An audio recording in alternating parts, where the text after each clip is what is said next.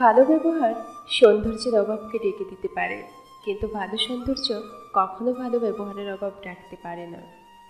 ভালো ব্যবহারের কোনো অর্থনৈতিক মূল্য নাও থাকতে পারে, কিন্তু তাতে কোটি কোটি হৃদয় কেনার ক্ষমতা আছে।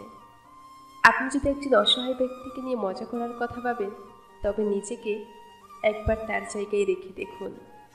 ভালো আচরণ আপনার জীবনের আয়না। আপনি এটি যত বেশি ব্যবহার করবেন, আপনার উজ্জ্বলতা তত বৃদ্ধি পাবে।